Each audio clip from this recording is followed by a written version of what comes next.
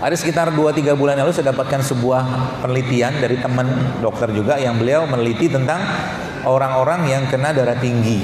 Itu dia di situ disebutkan orang yang kena darah tinggi sama darahnya rendah. Itu ternyata bacaan Al-Quran dan zikir yang dilakukan itu ternyata yang darah tingginya menjadi normal, yang darah rendahnya menjadi normal, diseimbangkan sama Al-Quran. Luar biasa kan? Dan memang begitu janjinya Allah.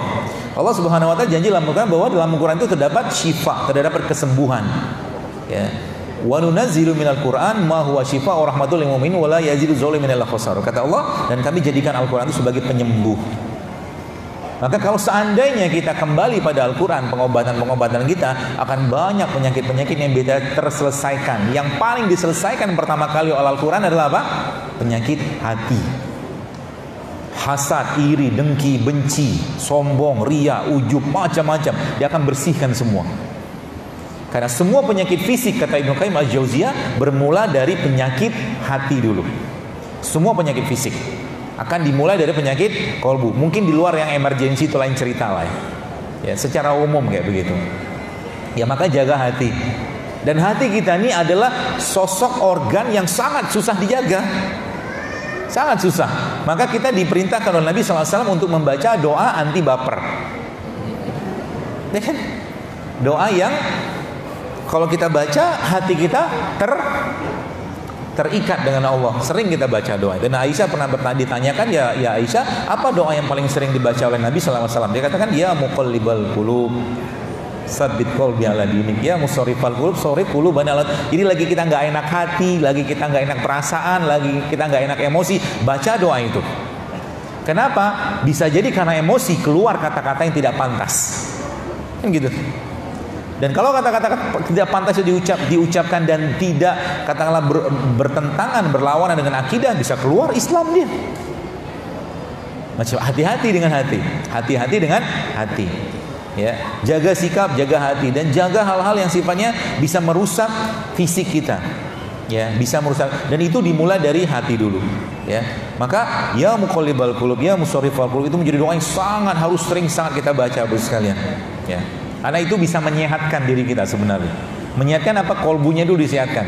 Jadi kalau kita sekarang mau ngobatin orang-orang yang kena penyakit-penyakit berat, ya mungkin kanker, mungkin segala macam itu, yang pertama kali kita sampaikan kepada dia adalah ajak dia untuk bertobat, ajak dia untuk beristighfar, ajak dia untuk berzikir, ajak dia untuk dekat dengan Al-Quran.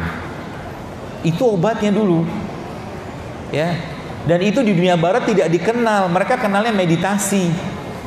Ya, tadi saya ngelihat satu penelitian, ada satu agama lah gitu kan yang diteliti orangnya bermeditasi, lalu dilihat pakai itu brain scan gitu, CT scan gitu kan, itu ternyata orang-orang yang berzikir atau bermeditasi ala agama tersebut itu bagian-bagian otak itu ada yang bersinar-sinar gitu kan, lebih merah gitu kan. Bayangkan kita tiap hari sekalian. Pagi, siang, malam, isi kita itu kalau muslim itu membiasakan dengan seperti ini, itu betapa pintarnya kita, betapa cerdasnya kita. Ya, dekat dengan Al-Quran. Jadi kalau kita di sini saja mulai membiasakan sehari mungkin baca Quran misalkan 1 juz, 2 juz, setengah juz, harus ketemu Quran. Karena Quran itu sebaik-baiknya berzikir. Sebaik-baik zikir ya Quran. Maksudnya banyak hikmah-hikmah dari Al-Quran kita bisa dapatkan. Ya, dekat dengan Al-Quran. Dan orang yang dekat dengan Al-Quran tidak akan mungkin banyak penyakit-penyakit yang berat. Ya, tidak akan mungkin karena hatinya pasti terjaga. Orang dekat dengan Al-Quran, Al-Quran menjadi juru bicaranya dia dalam segala kehidupan.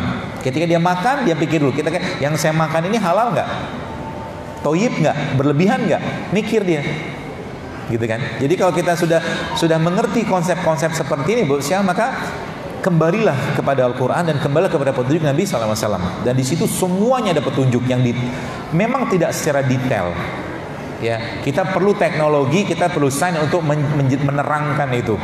Ya, sebagaimana tadi saya sempat cerita di kajian pagi tadi, saya katakan ada satu penelitian itu ternyata surat Ar-Rahman itu ketika dibacakan ini penelitian ya, itu ternyata bisa memperbaiki cognitive behavior. Otak kita tuh bisa diperbaiki sama dia. Dengan variabel yang satu didengarkan musik, yang satu dengarkan atau dibacakan surat Ar-Rahman, ternyata efeknya berbeda. Itu luar biasa Al-Quran. Ya, dahsyatnya Al-Quran. Dan ketika kita baca Al-Quran, bolehkah kita meminta sesuatu dari Allah dengan Al-Quran tadi? Boleh. Ada baca Quran misalkan, ya Allah tolong, semoga dengan keberkahan Al-Quran ini, semoga dengan mukjizat Al-Quran yang kau berikan kepada Nabi SAW ini, engkau hilangkan penyakitku. Boleh? Boleh. Engkau perbaiki hatiku. Boleh.